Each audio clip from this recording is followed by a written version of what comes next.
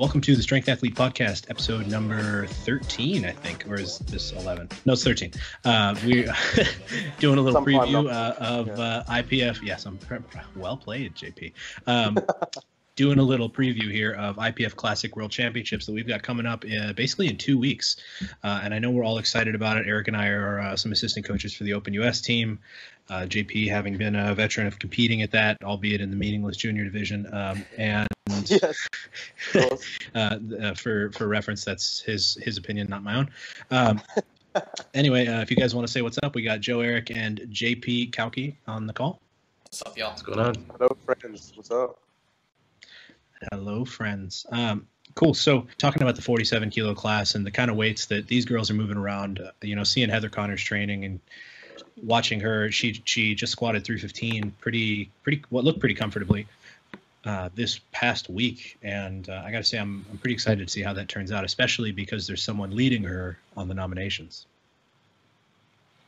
Yeah, I think if Heather can put together a decent subtotal this time compared to expectations, she should be good. I think at the Arnold, she had a rough day on squat and bench, didn't really come out to where she wanted to be. But if she can put those together with her deadlift, it should be hers for the taking. Yeah. Well, that's the thing. She's nominated in second, but her squat and bench nominations are very conservative. I think in the lead up to the Arnold's, but she's nominated at a 303 squat. But I think in the lead up to the Arnold's, she squatted like 335, I think, in training. So if she can get close to that mark, I don't see why she couldn't take out, first place in the total. Yeah, as far as I remember that day, something happened with her rib where she was kind of like walking around like this with her arm propped up. If you look back at the video of her coming out to break the deadlift world record, you actually kind of see her holding it that way until she goes to reach down to pull the deadlift. So hopefully that doesn't happen again. Like her nominations are very conservative relative to what her ability is. For sure. Absolutely. It's going to be all about that subtotal for her, right? Because she's got that giant deadlift, currently holding the world record, and has potential for, just gigantic lifts. If you do the math on it, her best gym lifts give her some crazy Wilks number. I think close to 600. Easily the highest raw Wilks of any lifter ever. If she were to hit all three of her gym bests at competition weight day. On a perfect day, that's an absolutely legendary meet. Which is, it's not really kind of understandable for a lot of people just how high that Wilks is. A 600 Wilks is like an intangible thing that equipped lifters see, but it's like the 4-minute mile, right? When we talked about people squatting 1,000 or people benching 500 or people deadlifting 900, it seems like one person was fighting to do that meet after meet after meet after meet, and now all of those have been done by multiple people. So. Who knows? She could be the first of many people to just be an absolute waterfall of people breaking the 600 Wilks mark raw. I doubt that's going to be a rapid transition, but but it's pretty cool. So you never know. You got guys like Dennis Cornelius and Ray just making crazy waves in terms of numbers. Yeah. Ray was only a few points short at the Arnold, if I recall. Yeah, he was. He blew away. It was like a 40 Wilks point difference between him and Kelly, and then another 30 or 40 between Kelly and Garrett, who came in third. And so that's anyway. I'm just excited to. We'll get to those guys. But it'll be really close. Like the nominations are all within 20 pounds of each other. The top three are within 20 pounds. But I think, like we've all agreed, Heather should be the favorite, and her nominations are very conservative relative to her ability. So. Yeah, and by all means, I hope she has to pull for the win. That's what it is. I love a good pull for the win. Yeah, and I hope she has to make that third to get it. Yeah, well, I wouldn't be surprised if her second attempt deadlift put her in the lead so far in front that nobody could catch her on a third, and then her third attempt deadlift will be, well, we'll just go for something crazy now because she's already won. Like I wouldn't be surprised if she won after the second attempt deadlift. Is all I'm saying. Yeah. As long as she puts everything together, I think that's definitely a feasible result. I don't think the squat world record will get broken. The squat world record's 336. The bench world record could come close by Runtala. I think she's the Finnish girl. She'll come close to the world record bench. And, the world record deadlift's Heather's. And I fully expect her to go beyond the 175.5 for sure kilos that she has. All right, so on to the 52 kilo class. This is a fun one to watch for a few reasons. I really, obviously Marissa Inda is the standout, particularly with her training numbers, being a reasonable margin higher than her best competition numbers at this point. She seems to be making really kind of linear, continuous improvements, which is impressive for someone who's absolutely not a novice to powerlifting at all. Well, not a novice to training. I mean, she's been training since before most of us were born, and it's something that time under the bar is something that's understated often, but the amount of time you spend training in a sport is highly important, obviously. And she's also up there, not quite as high as Heather on the Wilks, but looking at setting up one of the highest Wilks scores ever, assuming she has a perfect day. Yeah, she'll get challenged by Australia's representative, Liz Craven. I would say that Liz Craven is a standout for this category. Liz has got the world record squat at the moment. It's 342, 155.5 kilos. She's done 160 in training, 353. So Liz will have Marissa on the squat. That's without a doubt. Well, I wouldn't say without a doubt, but that's quite sure of. I think Liz has got a better squat than Marissa. I think Marissa's best squat's 150. Yeah, I believe. At the Arnold's. Yeah, at the Arnold. Yeah, something like that. But then they just trade back off in the bench because Marissa will outbench Liz comfortably, maybe 5 kilos, 7.5 kilos again. So they should be tied. And I find this the hardest when you're coaching, when the subtotals are actually tied or like really close. Like I'd prefer the subtotals to be far apart, and it makes it easier. So then deadlift attempts are really far apart. But when the subtotals are tied, it's just like the deadlifts have to be matched. They have to be like pretty much exactly the same going through. And I wouldn't be surprised if it came down to something like a lot number.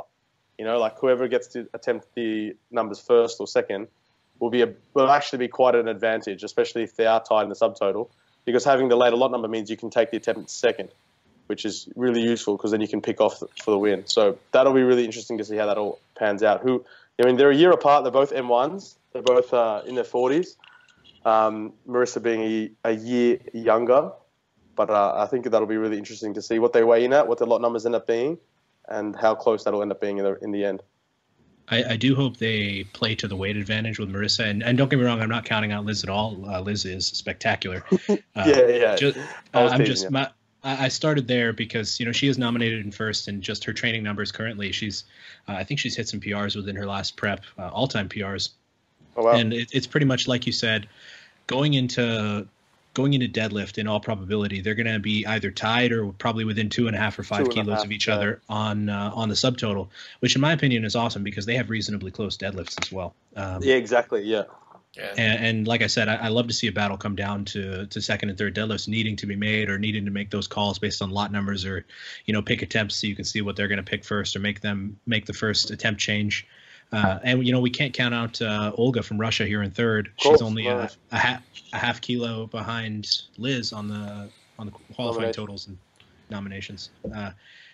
And I've got to say, I'm excited to watch this battle. I like watching people this close battle it out. It's 12 kilos between the three of them. It's really going to come down to made lifts. You also have to consider that Liz could have a chip advantage going into deadlift if she goes for the squat record. That's probably going to be between her and Susie. They've been kind of trading that back and forth, but it's possible that Liz has a 1 kilo kind of advantage going into deadlift, so that they're not actually taking the same numbers. Yeah, you're right. She could take 156 on the third squat or something. Right. Who knows? Yeah, I think it's a bit of a shame that. I'll go. Sorry, Hani. No, I was going to say I would hope to see Liz go for a slightly more aggressive third on her squat. I know she's capable, or she's put up more in the gym than what she's put up in meets, and so it would be good to see her take a big number there that kind of pushes Marissa to have to go for some big numbers. Nothing unreasonable. Obviously, I don't want to see anybody miss lifts. I want everybody to go 9 for 9 and have the best day possible, and kind of let the chips fall where they will, right? But I would love to see Liz with an absolute limit squat.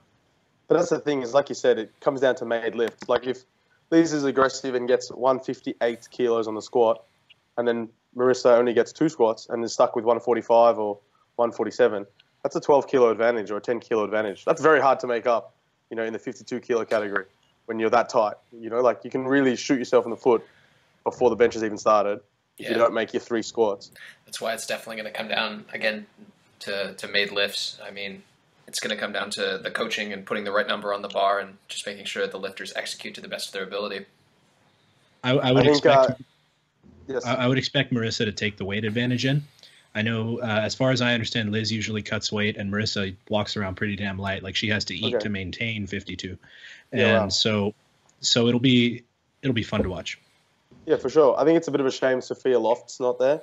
Three-time or 4-time 52-kilo open champ. So that's a bit of a shame, but I think it'll still be a great battle like it was last year. Yeah, and we'll get to see Susie Gary take another crack at that squat world record. Like you said, Liz and Susie will be going for it, and so it'll be cool to hopefully see that record broken back to back between the two of them. Yeah, man. 2 Americans in that class. That'll be fun. Joy Namani from Great Britain's worth mentioning too. Her nominated numbers are a little bit conservative. She actually has the world record in 2 weight classes right now. She's done the deadlift, yeah. In the deadlift, right? She's nominated at 180, but she's done 190 at 52 and 190.5 at 57. So she has the potential to maybe surprise someone on the last pull too. Yeah, man. I wouldn't be upset to see that, just because I love seeing those things happen, and by all means, I hope it does. Well, they'll put the weight on the bar. They'll put the weight on the bar and have a go. That's what will happen. Mm-hmm. Exactly. Well, if you're not going to lose placing, why not, right? Yeah, exactly. Moving on to the 57s, Maria T, man, she is truly something else. What a beast. Holy shit is the right words for her. If you're not familiar with her, unfortunately, she had a tough outing at Worlds last year. As far as I remember, she bombed out on squats. I think so, yeah. Deadlift. Oh, was it deadlift? Deadlift. Okay. Open just a little bit too heavy on the deadlift. And I expect that we'll probably see a better performance from her this year, probably some more conservative openers. And I think she's much closer to her competition weight now. As I understand, previously she was cutting a bit of weight. And for perspective, Maria's I think about 4'10", and so to be cutting weight to make 57 at that height, you got to imagine she's a dense muscular person. So I'm excited about that. Jacked. But you got to love Jennifer Milliken though, because USA. Miracle. Just back on Maria, just real quick. Maria's body weight. She was 200 grams over at the Arnold. What happened? Was she nominated at 63? I believe she registered as a 63, just with the intention to compete as a 63, and basically, drank water to get herself over or whatever. Okay. I think she was just aiming to break the world records that she did there, because she holds all 3 world records by the looks of the nominations here in 57s, or these might be national records that she set. And so, actually, I think they are national records, because I think Filimonova has pulled more than 188. I think she's pulled 190 or something. I think she's pulled 190. And the bench world record's 115 by Indonesian lifter Sri. Yeah, so in all probability, these are national records, but still taking in an 18.5 kilo lead. I know Milliken missed her 3rd squat at the Arnold, so it'll be interesting to see, if she can put together that 3rd squat and, bring some improvements on her other 2 lifts. We could end up watching a pretty close race. What's Milliken's history and experience at big level meets like this? Like, has she competed internationally much before? I haven't really seen her internationally much before at all. I think the Arnold was her first one. The Grand Prix there. I think that was actually international event. Yeah. Well, in terms of travel, I think more of what JP is asking is kind of traveling 18 hours. Pressure, the pressure of the bigger event, all that kind of stuff. What's her experience? Like, is she? I think that's the very first one. I think nil. Yeah. Okay. Cool. That'll be cool. Like, first big event is a big event. Like, right up against T, who's a little bit more experienced by the sounds of things. That'll be fun. Yeah. Well, Maria's got to be feeling the pressure after having bombed out on deadlift last year. So I think they're probably at equal disadvantage on that front. So I wanted to talk about that a little bit, because Maria bombed last year on deadlift on a weight that she had trouble breaking the floor with. It just looked like it wasn't going to happen. And you see her in training a lot of times doing block pulls. Almost every time she posts a deadlift, it's from a block, which might seem a little bit counterintuitive. But her deadlift has improved quite a bit this past year, so I wanted to kind of get your guys' thoughts on that. JP, you're the deadlift guy. Let's hear it. I'm the deadlift guy, apparently. Well, it's the only lift that I can do, isn't it? I don't know. Well, I don't even know. What did she deadlift? What did she deadlift at the Arnold's? Was it 188? Is that what she deadlifted there? I mean, she must be doing something right. I think that was from nationals, but yeah. I think she came into that comp last year, like the Worlds last year. I think she just came in overcooked, like overdone. Like, I just think the weight wasn't too heavy. Oh, well, obviously it was on the day, but I don't think it was unreasonable of a weight. I think it was 167 or something. 165 was her opener. Yeah. Maybe even 162, something along those lines. So it wasn't too heavy. I think she just came in, done. Like, just didn't have the ability to exert, which is why she wasn't breaking the floor. I don't know why she's doing block pulls and training all the time, though. I'm not aware of that. I think the logic that I would have if I was running T's coaching would be, well, she's got super short arms. Deadlifts are just going to be super taxing for her. She's got to bend over a heap, do a lot of work, to just do a single rep. So deadlifting will be very taxing for her. It's kind of like if I'm programming someone with really long arms. Like if I'm benching someone with really long arms, I just give them a lot of board work because full range benching just wrecks their shoulders. So it might be a similar thing like that. Full range deadlifts just might tax her so much. Let's just give her some block pulls so she can at least get some volume in. It won't wreck her, and she'll be right to be on. She might be pulling from the floor once a week or something, or once a fortnight, and you might just not see it. Also, I bet that it's probably injury related. I don't see a lot of reasons why someone who's 180 kilo plus, that's basically a 3.5 time body weight deadlifter. I don't see her having technical inadequacies that she necessarily needs to work at by using partial range of motion stuff for. I think most likely she probably has an issue where her back gets aggravated or something pulling off the floor. In any case, we're kind of throwing darts at a wall with no real answer here. So just some guesses. Thanks for the really thoughtful question, Eric Bodhorn. You're welcome. Oh yeah, but anyway, 57 kilo class will be fun to watch. T is definitely the kind of the numbers leader going in, but I would not be surprised to see Milliken creep up on her, and Wu, who's nominated in third place here, is not far behind at all. So a couple of missed lifts, and we may be looking at some changes between 1, 2, and 3 there. Who knows?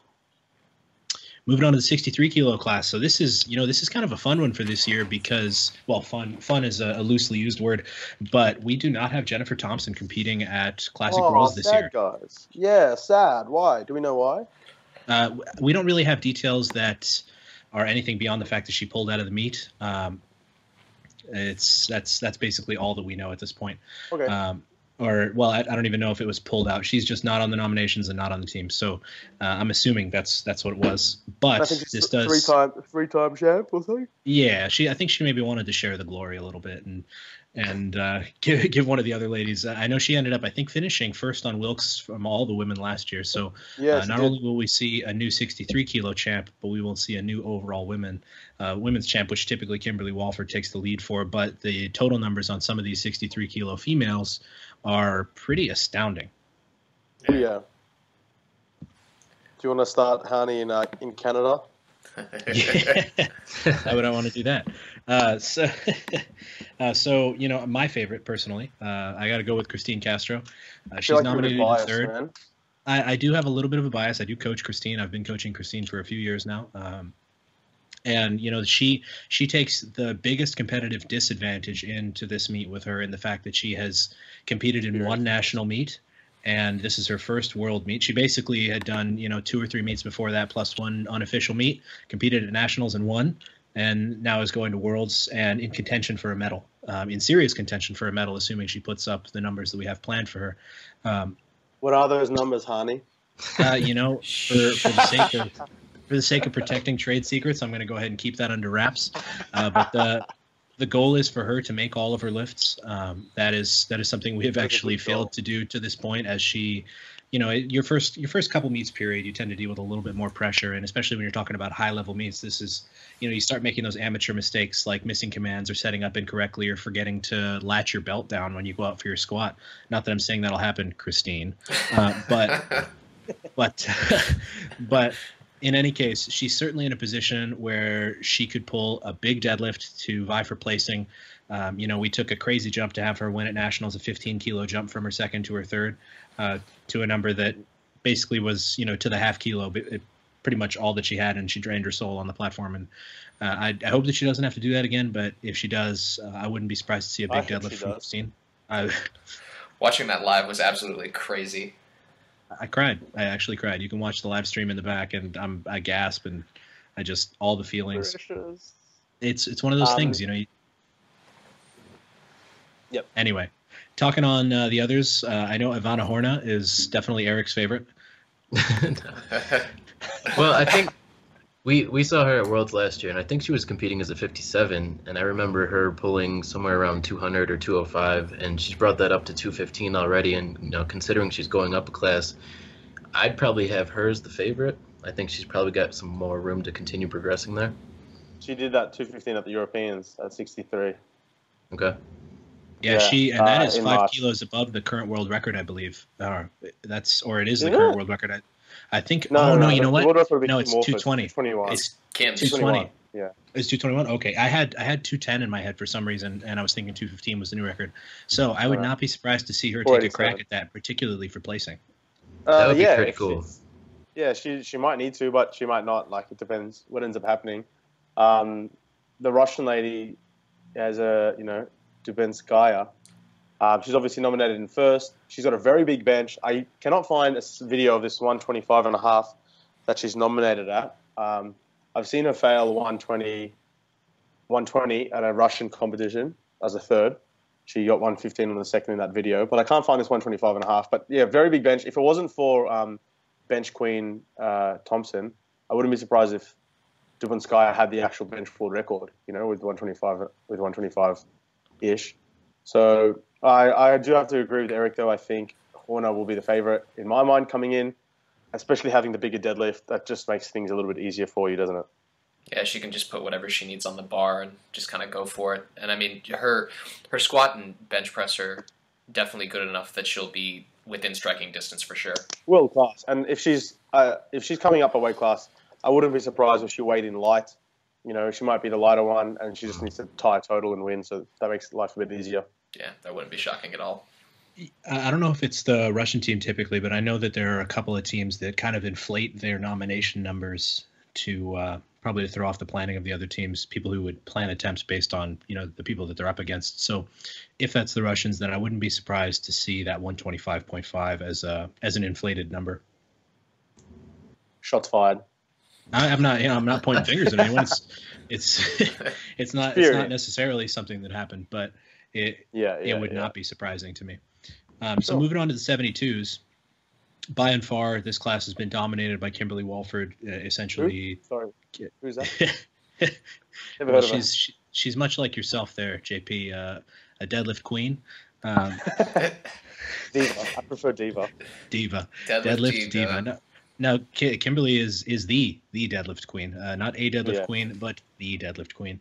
And, she does bring with her a very healthy squat and a very healthy bench press, which is impressive because the length of her arms, they represent something like 2/3 of her entire body. And so to be able to put up, what amounts to a 1.5x bodyweight bench press just about is pretty impressive to me. My favorite for this one would actually be Anna Castellane, who is nominated in second right now. I believe last year, though, she competed at 84, won that weight class on a last pull, but she was extremely light 84 at the time. I think she weighed in somewhere around 73 or 74. I think she was 74, yeah. Yeah. So, and I think at that time her total was actually higher than what Kim totaled last year. So I think now coming back to 72, I think she's got a good shot this year to pull off the upset. We did see some very critical misses from Kim last year that I think will hopefully be made up for.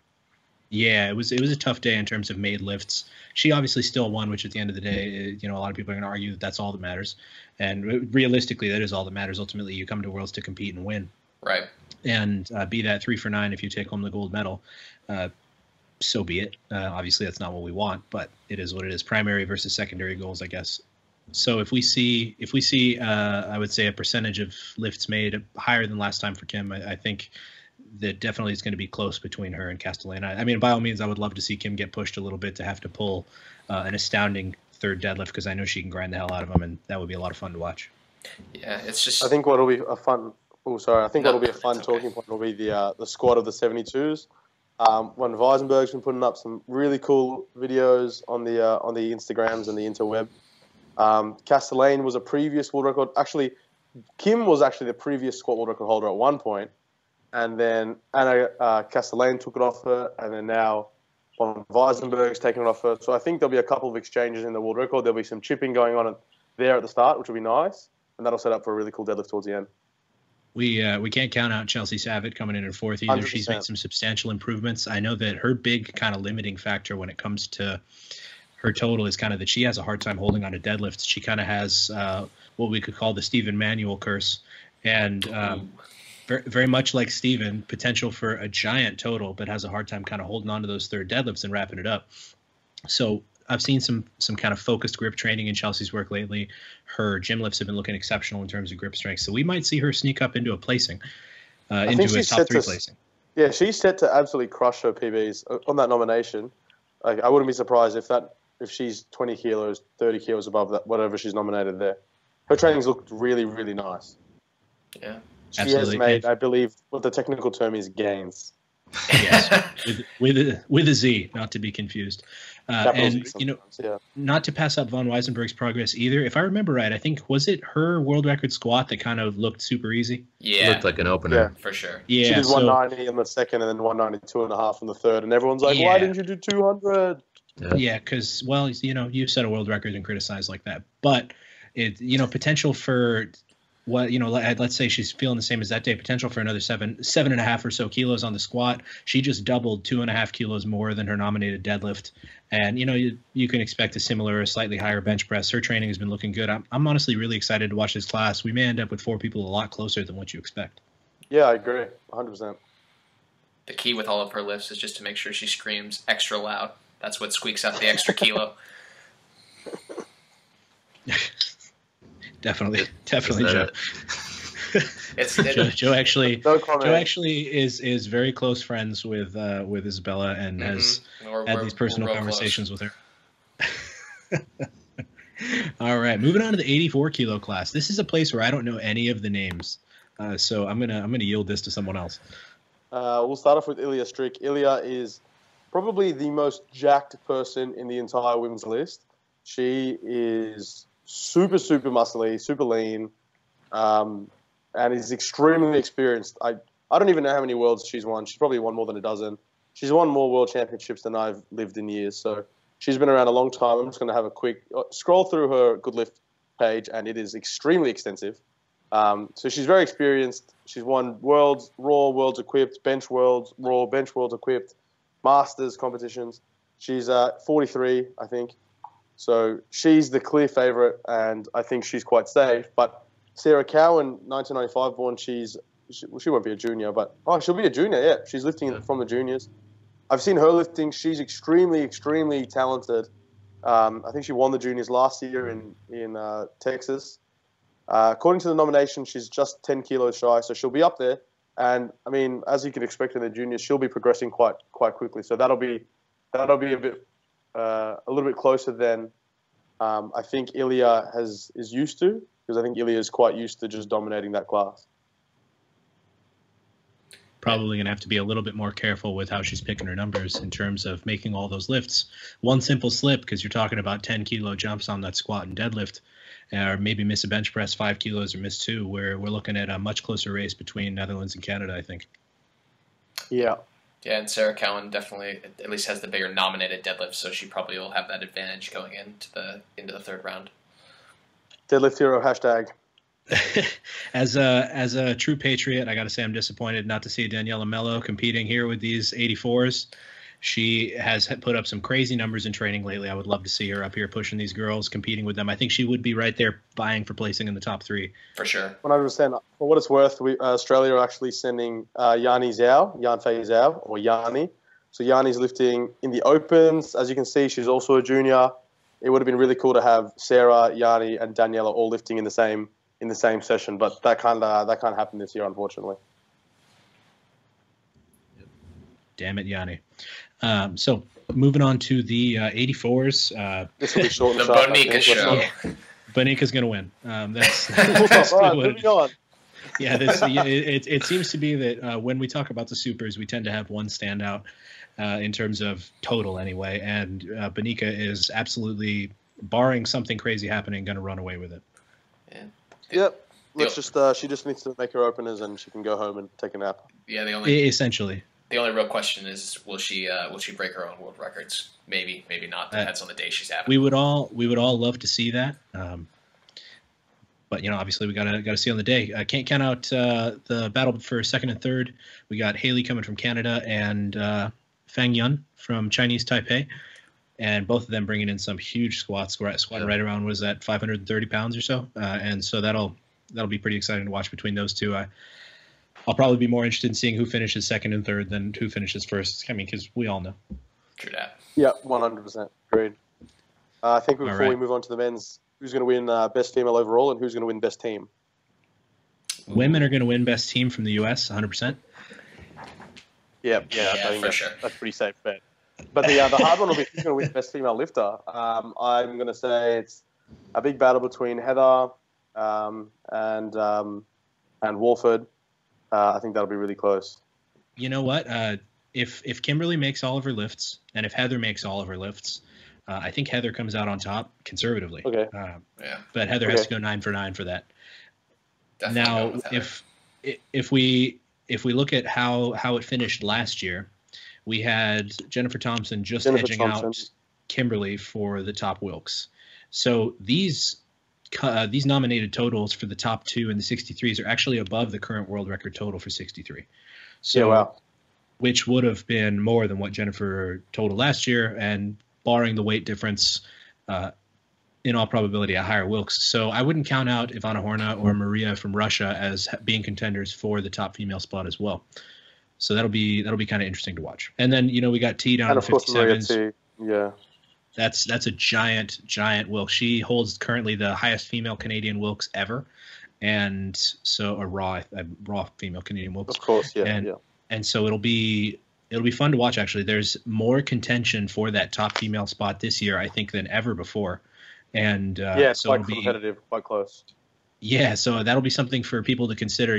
Maria T may have, or Jennifer Milliken may have, first in the 57s locked, but having the Wilks in the back of their mind is something there as well. It's obviously just a perk, and winning the class is more important. But if it comes down to a YOLO lift, as the young folks call it, making that YOLO lift for the right Wilks might be a good thing to keep in mind. Yeah, well, that's the advantage of being in the heavier classes. You can pick that off later in the week if that's what it ends up coming down to. If you've won the day on the second deadlift and you've got nothing else on the third, you go for the best female lifter. Yeah, if the coach keeps that in mind, that'll definitely be some A1 handling right there. Maria's Wilks at the Arnold was 540 or something like that. It's just huge. Yeah, it was absolutely insane, and she competed up, and so it'll be interesting to see. The long travel, basically the North Americans are at a bit of a disadvantage for this meet because we have a long trip to get to Belarus. So, when we're talking the Canadians, when we're talking about the U.S. based people, you can't. It's tough to plan for everything to go perfectly when you're talking about that kind of travel. So it'll be fun to watch. By all means, I think it's definitely going to be an interesting turnout. Sweet. Let's move on to the men. 59 kilos. Sergey is going to win. Okay, moving on. Yeah, there's no real need to. What I'd love for it to happen is for Sergey to lift in the 66s. I just want that to happen, but he won't do it. Yeah. No, he's right. Well, this is my qualm with Sergey, and it's very much like a top level Russian guy thing. You see all these guys when you're talking about like Milanichev, for example. When you watch him lift, he's not an IPF guy, but you see all his lifts; they never look hard. And so this is the same thing with Sergey. You see all his lifts, and it's like he lifts just enough to win because he doesn't need to lift more, and he basically chips all of his records every time he competes. And he brings home 4 world records, brings home the gold medal on all the lifts, and just gets to mop the floor with everyone and essentially have the most hardware of everyone in the meet.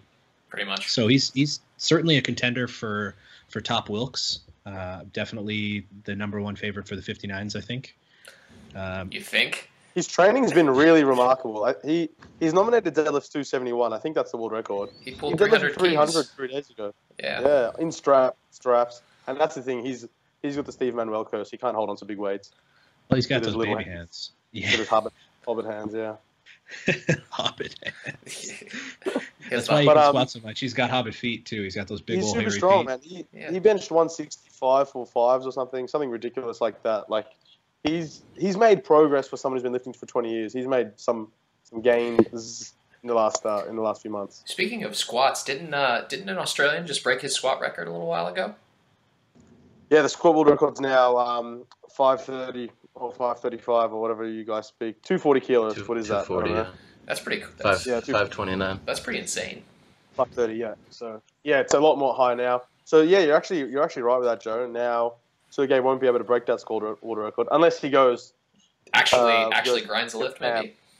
I don't even think we'll see him grind. I think he's going to chip it and break it, and he's not going to grind it. Honestly, no, I don't think so. I really think he just. I mean, he doesn't need it to win, but having watched his third squats from the past couple of Worlds meets, they never look tough at all, and so it would be nice to see him struggle a little bit. But I think he's going to break the world record anyway, and I don't think he's going to struggle with it.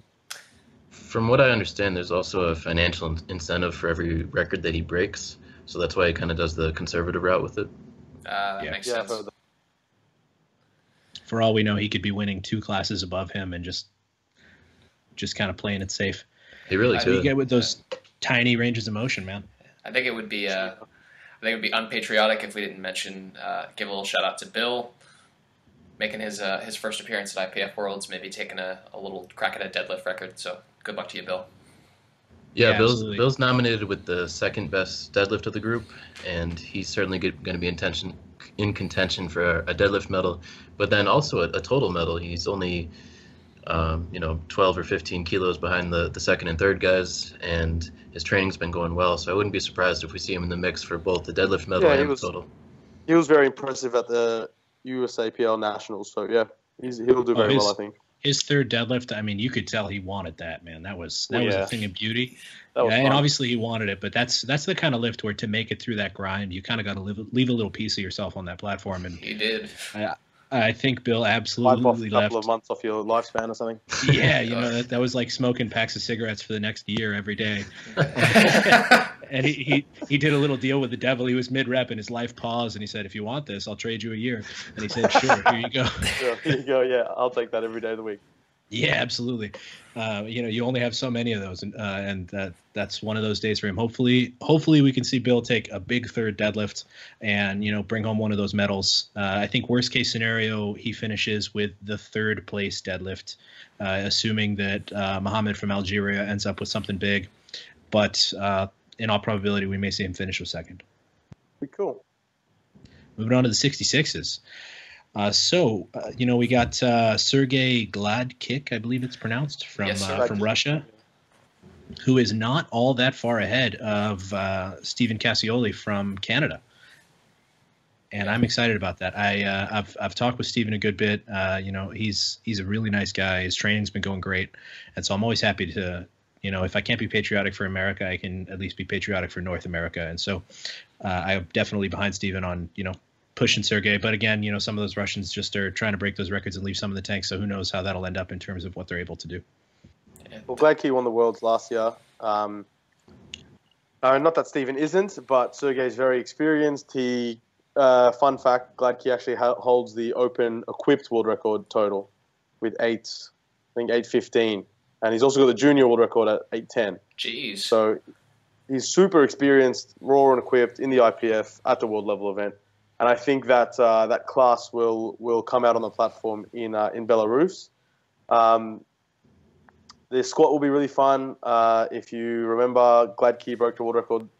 Oh no, Gladkey broke the world record squat last year, and Stephen chipped it. And then we had a really similar event at the Arnold's with guys just chipping that world record squat. Yeah. Sawyer finished with it. So that world record might be different. That the world record's 248.5, and that might end up being 250 or 252 once the juniors are done during the week. Yeah, definitely look for Stephen to at least take a crack at it. That's for sure. That's his lift. I think Sawyer's going to come with a big squat, though, and extend that world record quite a bit. I've seen some of his training recently, and I think he's going to be coming in strong. Doesn't he? Yeah, well, he cut a lot? Yeah. So that'll definitely be a factor. They all do, right? True. Yeah. All the man. Right, JP? We have no choice. No man walks around at 145. No male walks around at 145. Come on. True that. I have a sub junior who would like to argue with you on that front. So who's winning? Gladkey? I can't see Gladkey not win this event. If we're going with experience, I definitely would give it to him.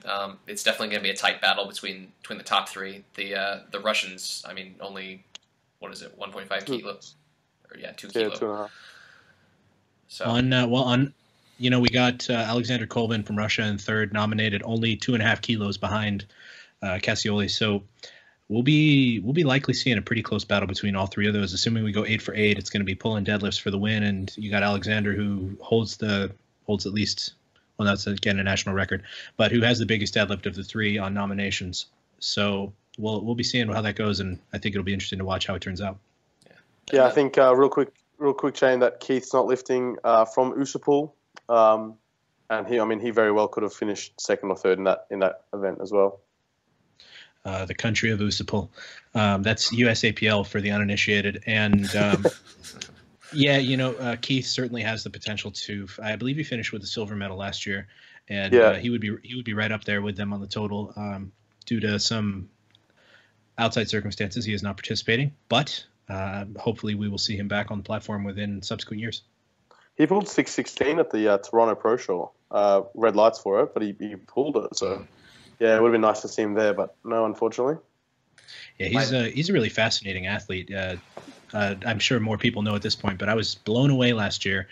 He actually doesn't warm up at all. He basically hits a foam roller, stretches out a little bit, and goes out and squats 500 pounds. And coming from someone who's dealt with some injuries, and I coach a myriad of athletes who also have dealt with or are currently dealing with injuries, the idea of doing that is absolutely mind-blowing to me. Not to mention painful. Yeah. Oh, my back cracks at my first warm-up, and everything hurts at the empty bar. So how he does it, I don't know. It's probably an efficiency. Yeah. I think the 74s is going to be really, really, really, really, really exciting. Yep. For sure. Go Taylor. Yeah, let's go America. Yeah, America. All right, the cool thing about the 74s was a few things. Firstly, we're missing a really important name, Alexander from last year, who is the reigning world champ. I think he has a world record total, or he did at some point. He does, yeah. He does have the world record total. I think it's interesting that he's not lifting because this is his home country. He's Belarusian, and we're in Minsk, and he's not lifting. So that's a really sad, absence from this year's World Championships. I couldn't even find his name in the database, and I remember researching him last year, and he wasn't in there this year. I don't know what happened. He's completely. His name is spelled all funny. Yeah, it is. He must have completely removed himself. Must have spoken against the regime. But beyond that, the excitement continues because there are two new lifters in this year's 74s that haven't actually lifted before in this category. So the first who I want to mention is Kjell Bakkeland. He's from Norway. For those who are unfamiliar or who are new to powerlifting and don't really know much about Equipped, Kjell is an absolute veteran and long-time legend of Equipped lifting. Has lifted in the 83 kilo category for a long time. I think he's Equipped lifts at 83. We're like 352 kilo squat, which is 780 something. His bench was like 250 kilo plus, which is 555, and his deadlift was like 330. Equipped at 83, which is 727. So this guy is super, super strong at 83. He's equipped for a long time. And this is his first time for a long time. This is actually his first international comp in about 3 years. And first time in the 74s and first time raw. So it's really, really exciting to see him lifting in the classic division as a 74. I don't know if you guys have been following him on social media, what he's been lifting and what he's been training with. I have. Of course you have, Joe. Yeah. He's been putting up some pretty dang impressive numbers. I think just recently I saw him pull 300 keys, and it looked pretty comfortable. So I've seen him do like 330 for 4, like years ago. Like he is a weapon. I remember that. Yeah. For those who don't know, Kjell is an absolute manlet. Like he's a nugget of a human. He's a fridge. He's about that tall. He's a small fridge. Yeah, he squats at a rack height 4, and he's probably 4'11", if that. Ooh. I'm imagining a male equivalent of Maria T. Yeah. Yep. Literally, he's a male equivalent of Maria T. Yeah. little bit more built to deadlift, but yeah. Yeah. A little bit more Sweet. well-rounded. Let's talk about Taylor Atwood. The Let's greatest talk about America. hair in the USAPL, perhaps the whole You know, IPF. he is on top of being a very strong competitor and an absolute contender here. Only 5 kilos behind on the nominations. Just in general, really solid human being. Taylor's a great guy. I would love to see him win. He ended up coming incredibly close last year. Painstakingly close. That close. Oh, man. Yeah. That one hurt. Yep, and you know, it was one of those ones where you call the number and it's basically right there, and if you can do it, you got it. And unfortunately, it was one of those times where it didn't happen. But you know, his training's been looking pretty good. As far as I know, he's been completely healthy for a few months now, training into this meet. He was dealing with a bit of an injury last year, and so I would be very, very pleased to see him put up some good numbers. And he's right there. The top guys here, top 4, are within 10 kilos of each other on nominations. So this will be hopefully a fun one to watch, where we're exchanging places several times during the deadlifts. Obviously, Kiel is going to be the by and far leader on the deadlift with that 325 kilo nomination, assuming that's accurate. So we'll see how that goes. How many times is the squat record going to go down for 74s this week? There's going to be some juniors going at it, and there's 4 or 5 guys in this open class that are nominated right there for it. Yeah, I think Mason Cavney might have a shot in junior 74s. Is he around that number? For sure. Yeah, he should be right around the there. world record's 260.5, which is 574 or something. If you guys have guesses, you can email them to Eric at the Strength. Is this going to be the running gag now? Just email Eric. Couldn't even say that without laughing. I think the world record squat's going to end up in the Japanese lifters favor. He's an interesting one as well. I remember seeing a video pop up of him years ago deadlifting like 330 or 320 at 74, and at the time, 2 or 3 years ago, raw lifting wasn't very big, and the world record deadlift was only 300 or 295. And he deadlifted 320 or 330 in training, and everyone was losing it. Like, who is this guy? Where'd he come from? And he never lifted internationally. Thought it was a fake video or something. Who knows? So it's cool to see him lifting. He squatted 270, 595 at a Japanese event, which is 10 kilos above the world record. So I think he'll finish with the squat world record. I think that's pretty safe to say. You know what I think? There's actually an Iranian lifter nominated at 265 kilos. Maybe you can pronounce his name for us, Joe? Hell no. I'll take a crack at it. I think it's $dollars. $dollars. Ass dollars. There you go, Eric. Amir Asadalas is going to take a crack at it. He's right there with that 265 kilo nomination. So I wouldn't be surprised to see him right there as well. These are tremendous squats for this weight class. These are almost 4 times body weight. So, and raw at that. So it's just asinine. Let's not forget there was a point that at least correct me if I'm wrong, there was a point that Taylor did squat around that prior to injuring himself, if I recall. He squatted 573 at your nationals last year. Yeah, and it was like easy. Right when easy. Right when he first started powerlifting, if I recall, he squatted around 272, but then he suffered an injury and it kind of set him back a little bit, and he's been slowly progressing back towards that number. Well, hopefully we'll see him trading places with the ass dollar, and we'll get going forward from here.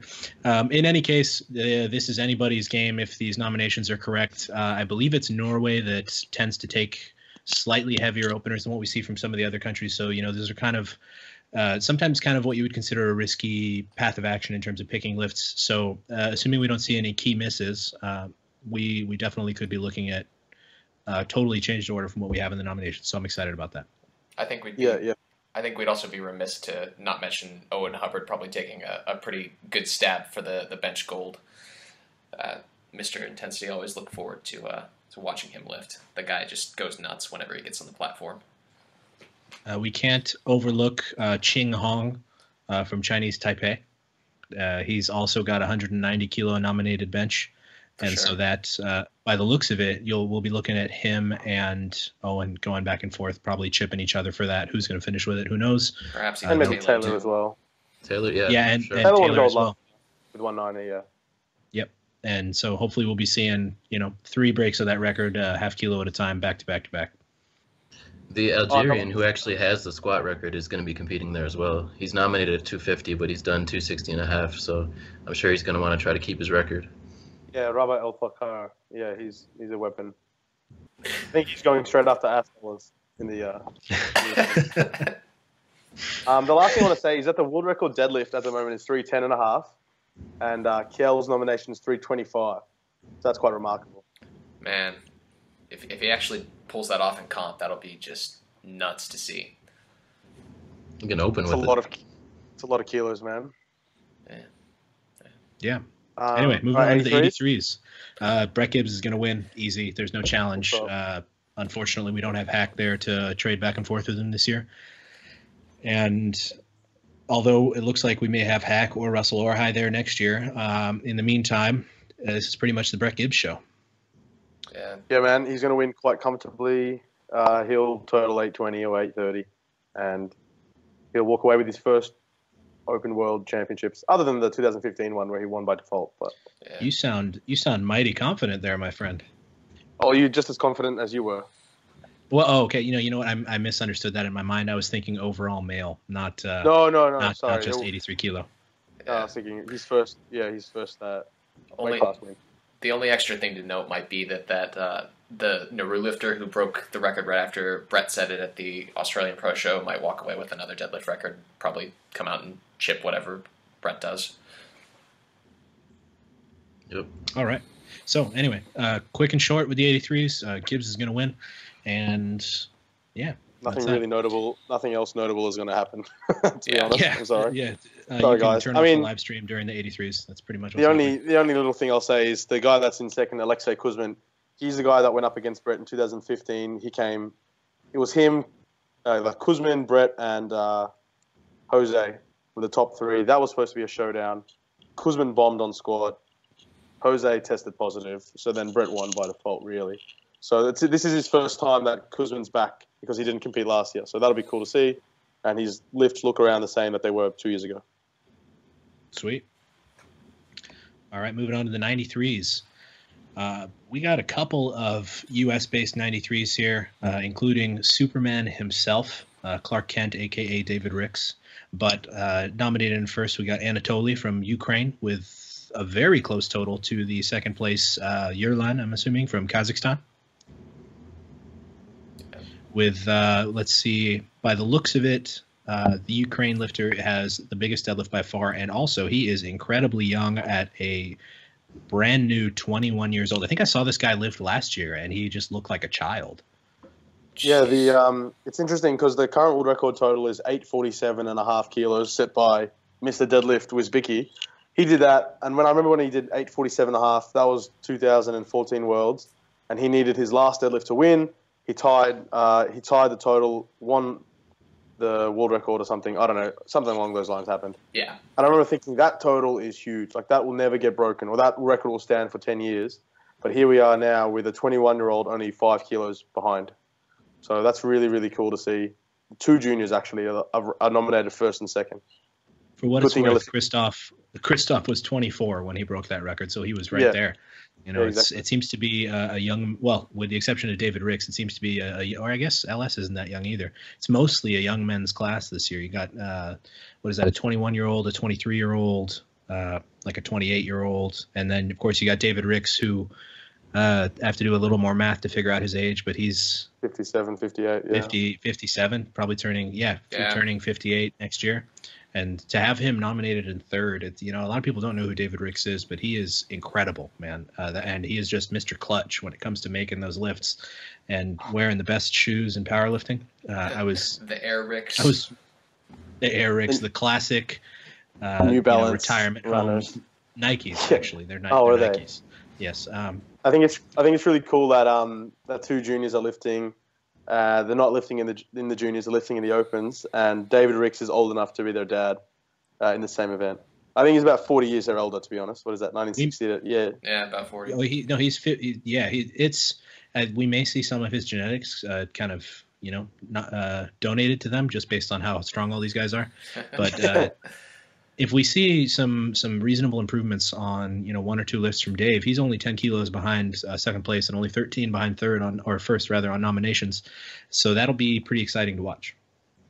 How much more progress can David Ricks make, man? He's been really...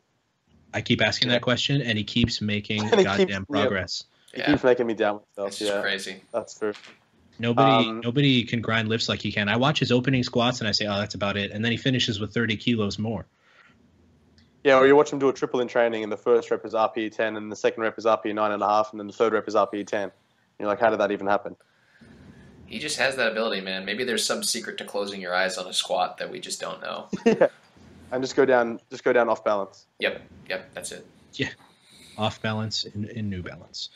We need a T-shirt that says that for him.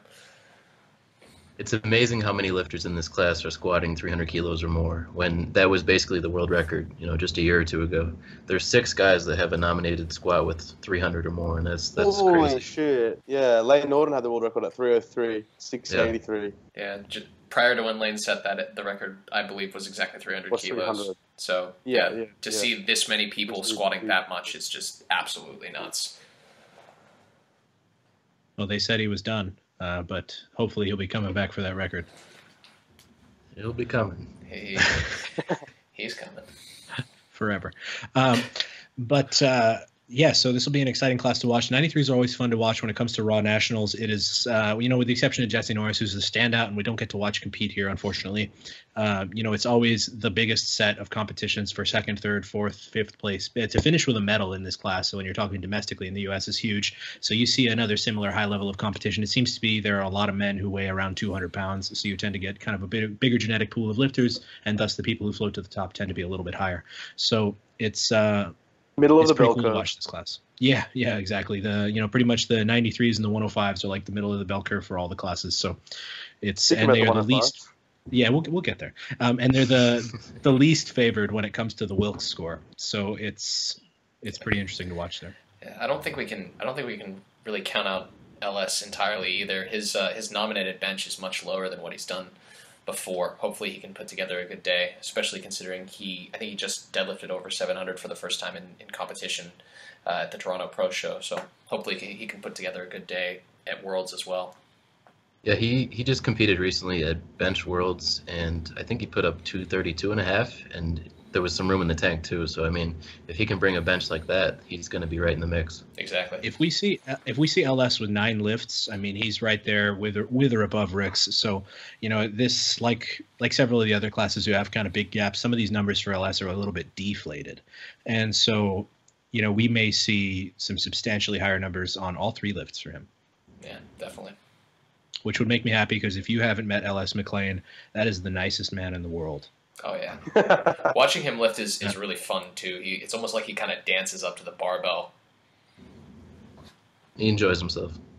Yeah, and he has a great time. That's the most important part. So a lot of people, this is super cliche, but you forget to have fun in powerlifting. But a lot of people really do. People take it so seriously. And LS is out there. He does take it seriously, but the guy has such a great time. And so it's fun to watch him. It's fun to talk to him. And I'll be rooting for LS probably above all else. Dave just being inherent with the fact that he's old, but LS, well, I mean he is. He's a legend, but LS is in terms of human beings is one of my favorite people, and so I would love to see him take home a gold medal. Cool. Shall we move on to the big show? 105. Do I start a new podcast for this? Because this will take a while. This is obviously a very exciting class. I got to say that obviously I love Garrett and I love Bryce. They're 2 very good friends of mine. I personally coach Garrett and I work with Bryce. And so we all 3 of us on this podcast out of 4. And so it's going to be fun to watch, man. For perspective, all 4 of these guys at some point, I believe Bryce unofficially, but all 4 of them have totaled above the world record total or held the total within the past year. Yeah. Basically, if we see an on day for all 4 of them, this order could completely change. Christoph on an on day is unbeatable in my opinion. I agree. But who knows? We may see more or less, or I don't know. But Christoph is certainly going to have to pull for the win. He is Mr. Deadlift and absolutely Mr. Anti-subtotal. And so we will. Well, I mean, I don't mean that as a joke. It's true. It's absolutely true. He is among the top guys, the lowest of the squatters, and by a large margin, the lowest of the benchers, but by a much bigger margin, the best of the deadlifters. So it'll be interesting to see, what he needs to pull. Basically, that third deadlift, he's going to most likely need to make that third deadlift unless he takes around 400 on the second, which he might. It's entirely possible that he does. Which is what he did in his last comp. He did 400 as a second attempt at his last meet. Right. He did nail that 400 on the second, and then that was when he went on to like 408 for the third to try to pull 900 even or something. 408.5 for like 4.5. 901 or something, 902. Yeah, which would have been like a 2,000 poundish total, I think. Yeah, it's probably what he was going for, and obviously it would be cool to see that number get broken through. I got to root Mr. Blevins though. We're expecting some big numbers from him. His training has been awesome. Bryce, his training has been going very well over the course of the past couple of months. It's been steadily improving and lately been taking big strides forward. So I'm excited about that. I can't really speak on Steven's training. He hasn't been posting a whole lot on social media aside from this past week or two. Yeah, I do know he's definitely got a cut, which is I don't think the other three have that kind of issue going into things. I think as far as I know, Christoph is pretty far under. Bryce is right around there, and Garrett's definitely within striking range. But Steven, as far as I understand it, is a wee bit over as far as it goes. Steve comes in the heaviest. Yeah, Steve definitely comes in the heaviest. His training's I think his training's been quite haphazard the last 3 to 6 months. I think he went through a bit of a hard time after a few bad comps. Did the Arnold. I don't think he did very well at the Arnold. I'm not exactly sure what his results were, but I know that he didn't do very well. So to be frank, I'm not expecting him to do anything crazy. I think, if all goes as I would expect, I think Steven would come third or fourth, and it would really be a battle of Christoph versus the rest.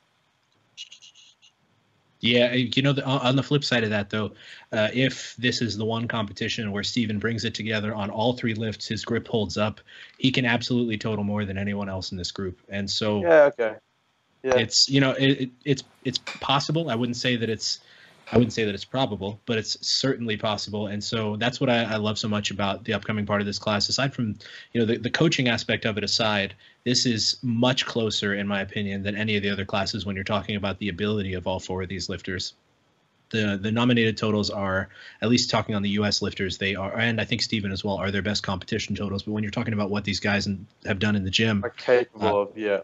Yeah, Bryce is capable of like a 910 kilo total based on gym lifts, or 915. Yeah. And if he can put those together, it'll be a crazy day.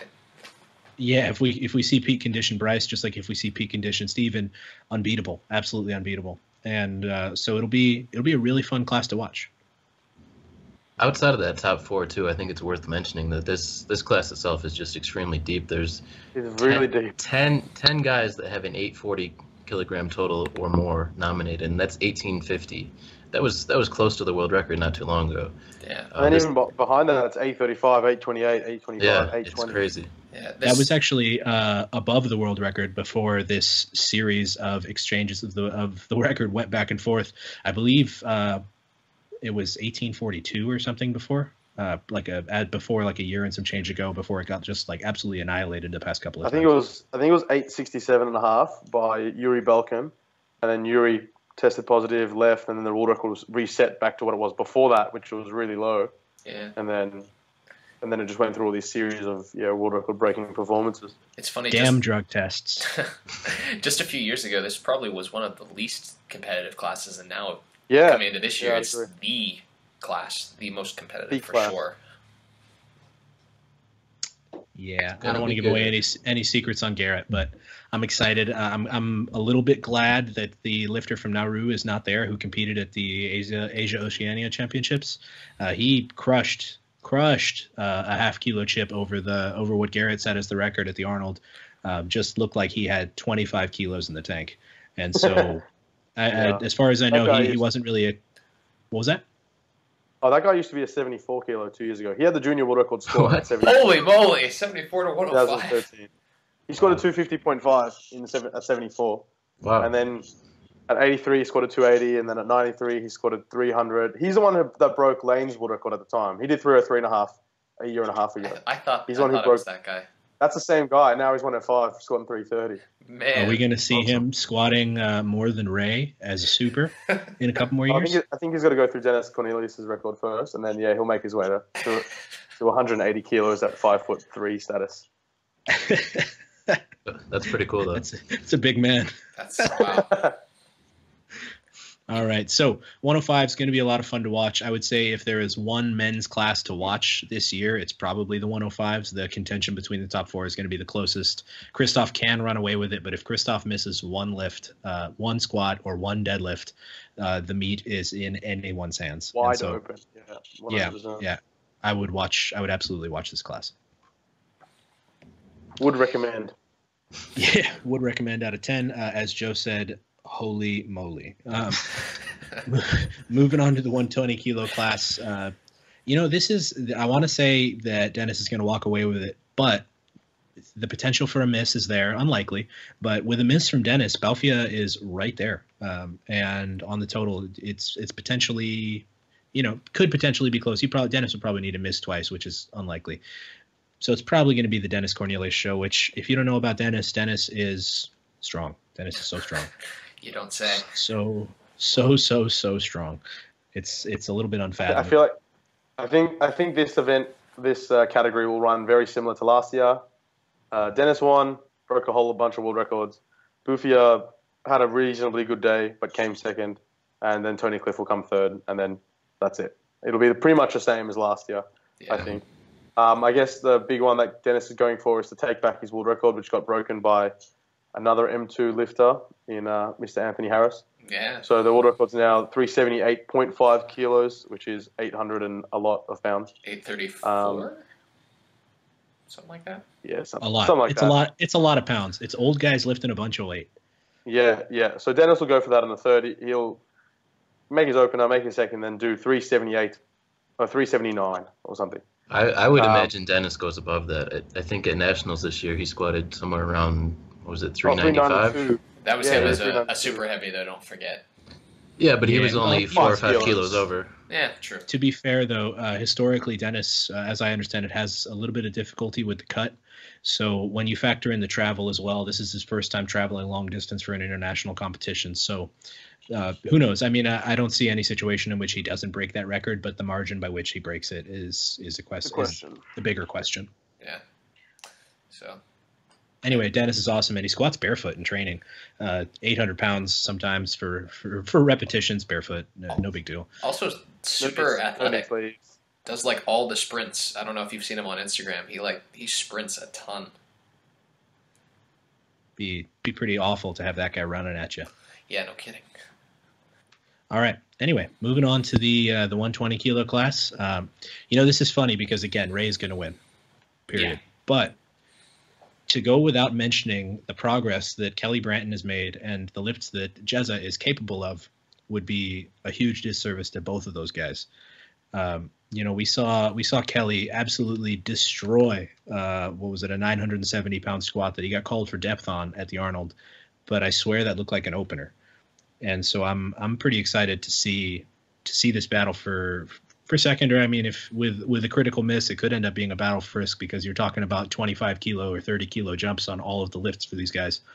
So who knows? I mean, where we end up there. But Ray has potential for a lot in the deadlift that I think he hasn't really tapped into yet. His third deadlift was a world record at the Arnold, and the prior to Christoph hitting that 400 was the highest IPF deadlift ever, I think. Yeah. Taking Brad Gillingham's place from the 120s. So I don't see Ray not winning, but the battle for second I think is definitely going to be fun between Jezza and Kelly, especially with the nominations being within 5 kilos of each other. I can't wait to see what Kelly benches. His bench training's been going extraordinarily well, and the numbers that he's been putting up on Instagram are pretty darn impressive. So I'm sure he'll be taking a large crack at the bench world record. I think, I agree with you. I think Kelly, what is the bench world record? 282 or something? 280? So I think it's the Latvian guy, or Austrian somewhere guy. around there. Yeah, it's right around that's the bench only world record. That'll be around there. The Algerian's right there too. I think if you remember last year, after Worlds, Ray squatted whatever it was, 430 something, and then he squatted 1,000 pounds, and everyone was losing it. And then at the Worlds, Jezza squatted 425 kilos, and then like 6 months later, squatted 470 in training. And I was like, where did this come from? He's going to squat 470, and then at the end of the year, the Asia Oceanias, he only squatted 455. So he has a lot of potential. I think Jezza, if I've ever seen anybody be so inconsistent, it's Jezza Uwepa. I mean, this guy is capable of squatting 480 kilos, but he might finish the day at 440. Like, you just don't know where this guy is coming from and what he's going to put up. Obviously has a huge bench, but has a horrifically bad deadlift, like notoriously bad deadlift. Yeah. Like, his deadlift is 300 kilos at 300 kilos. It's only 1x body weight deadlift. But I'm interested actually to see what Ray is going to go for on the third. That number is who knows? Honestly, I would love to see a 500 kilo raw squat. I think we all would. That'd be huge. And based on how Ray is, I like to talk about him kind of like the Incredible Hulk, where the more pumped up he gets, it seems like the stronger he gets. His squats get deeper and faster as he goes through his attempts. His opener always looks it looks fast, but it's like and then he gets to his second and blows it up, and then just destroys his third. So is he capable of it? I think absolutely. Will that be going down at this particular meet? Who knows? I think one of the most impressive things about Ray's squat is the fact that he gets under it and he's talking at the judge and everyone else. Like, he's ready to roll. Like, screw bracing, screw controlling the weight as he gets ready to go. Nope. Did you see the 477.5 kilos that he did in training like last week or 2 weeks ago? And he's just talking, like he's muttering while he's like getting ready to go down. Like, he's got the weight on his back, but he's just muttering. Like, it's so great to watch. But that's the thing though, is Ray has, obviously you take big jumps, right, when you're squatting 1,000 pounds. But if Ray's second attempt squat is 467, maybe, right, with a plan of going to 485 or something, right? Let's say his second is 467, 470, and then but he misses the third, and then Jezza gets his third. All of a sudden, Jezza's got the world record squat and has got a lead on Ray. No, I don't think Jezza's going to beat Ray, don't get me wrong. But it's just like there's so much, at these kinds of weight, there's so much room for, there's so little room for error. And all it takes is one miss and you cost 20 kilos, So the battle between Jezza and Kelly particularly is going to be so, so cool, because if Kelly gets that third squat and squats 970 or 980, or if it goes the other way around, it's a 50-pound, it's a 80-pound turnaround. Like, if Jezza gets 3 squats and Kelly only gets 2, or the other way around, that's a difference of 100 pounds. So, who knows where the second and third place are going to end up, because that's the real battle. Like, Ray's going to win, we all know that, but who's going to come second and who's going to come third will be the fun part. Definitely. I think people often overlook just how strong Ray's deadlift is. It's really underrated. It's and it's one of those things where when you're the best squatter basically ever, sometimes things like your deadlift get overlooked. But Ray basically is pulling 400 kilos, which is, that's no small feat. And it's we keep seeing that kind of tossed around with guys who are competing in the 220 and 242 class. But when you're talking about IPF people, you're talking about 5 or less that have cruxed like the 380 kilo or 390 kilo barrier since ever on the raw side, and let alone in training. So it's a tremendous lift, and watching Ray do his deadlifts is awesome, just because, in my opinion, they generally don't look incredibly challenging at all. So I'm honestly, I would say, very excited to watch his deadlifts, not just his squats. I think you make a really good point in that it's really easy to discredit a 390 kilo or 800 pound plus deadlift, because the 200 pound guys are doing it and the 220 pound guys are doing it as well. So it's very easy to be like, it's okay, it's not overly impressive. But when you realize that these guys are, as big as they are and they're squatting as much as they are, and then you compare Ray's deadlift to the guys that are behind him, like Ray's deadlift is 390, 2.5. The guys behind him in the nominations are 305, 335, 340, 355, 310. Like, he's got 50 kilos on everyone else. Like, at that body weight, that's a really good deadlift. Like, it's not a good deadlift compared to lower body weights, but at that body weight, it's a really good deadlift. It's the world record. It's pretty big. Yeah. Well, at a certain point, the squat and the bench. The body weight doesn't help. Of course, go up linearly with the body weight. But there's a very steep tipping point when you're talking about the deadlift and the body weight that isn't often accounted for. And when you start to get into those 120s and those pluses, the deadlift starts to go down. And so that's why what I'm saying. Yeah, it's that's why you see that he can do that. Yeah, that's why you see guys like Christoph Wiersbicki at 105 kilo pulling 400 kilos. It probably, when it's all said and done, going to go down as the greatest deadlifter in all of IPF history by the time he kind of finishes competing. And so, until the next guy comes along, of course. But it's exactly what you said, JP. It's hard to really comprehend just how good of a deadlift Reyes is because he's such a big guy. But it is because he is such a big guy that his deadlift is so substantially far ahead of the curve. He is strong. Yeah, suffice it to say that is he 5 strong though? Is that the question? No, he's well beyond that. Ray is I think he's like 13 strong. I think he's Optimus Prime _334 strong. Yep. Yeah, so something like that. He needs to change that. I wonder what the 334 stands for. I don't know, the amount of meals he has per week or something. Area code, amount of meals he has per week. Amount of calories per minute. Carbs per meal, yeah. Who's winning best male lifter? Who's winning best male lifter? That's between Ray and Sergey, probably, right? Now, if Ray is on, nobody's going to touch Ray by like 40 Wilks points. But if if per chance, just short of 600, 580.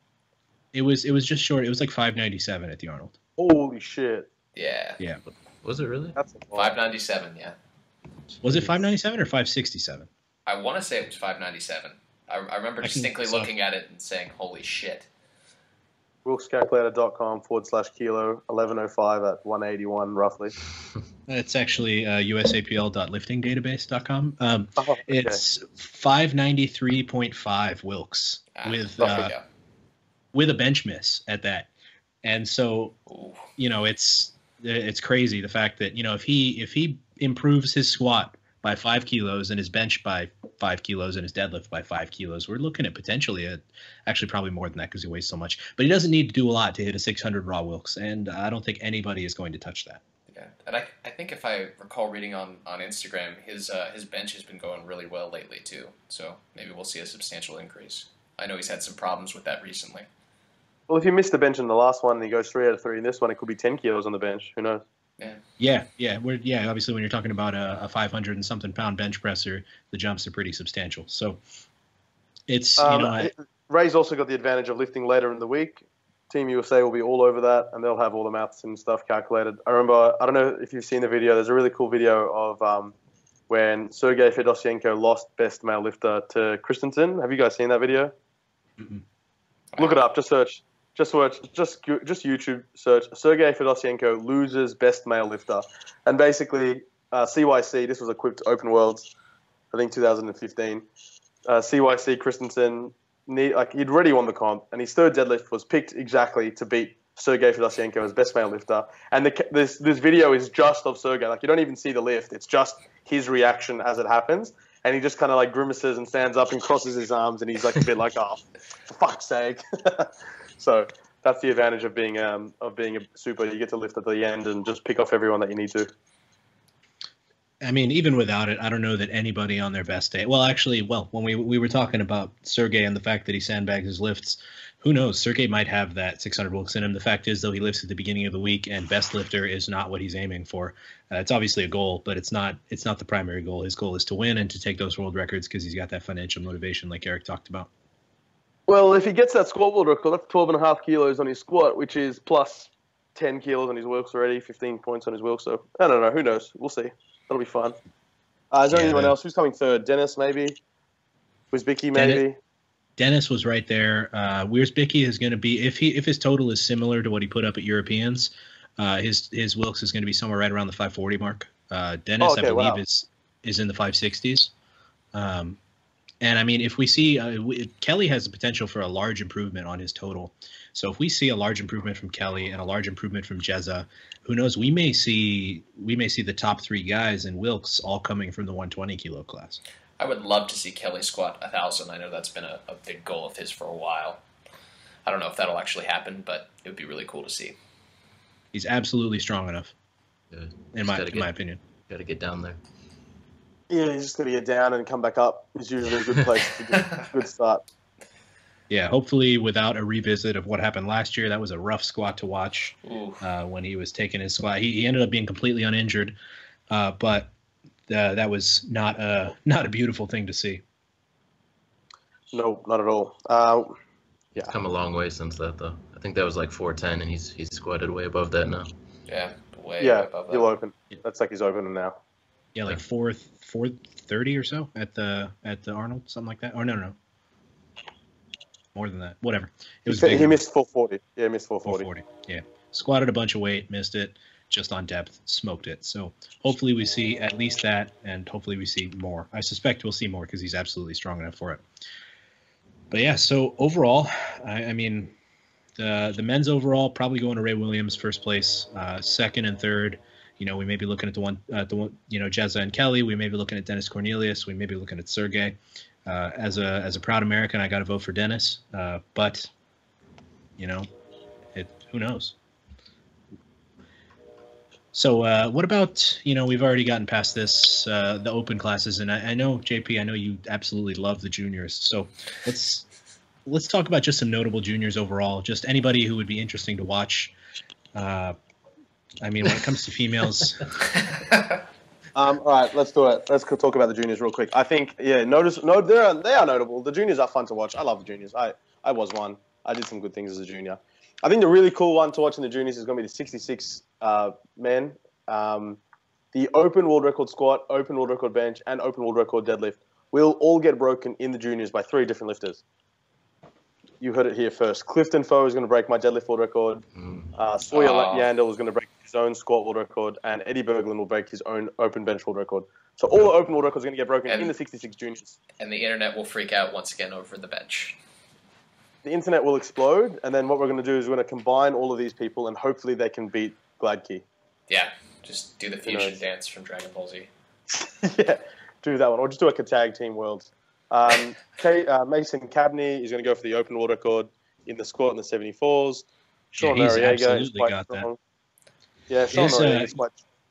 The 83 juniors are going to be fun, actually, because I believe Sean and John Gruden are the 2 leading guys from the U.S., and Gruden has been blowing up in training lately. Has he? He looks incredibly strong. He's done 285 on squat, 200 on bench, just blowing up numbers in training.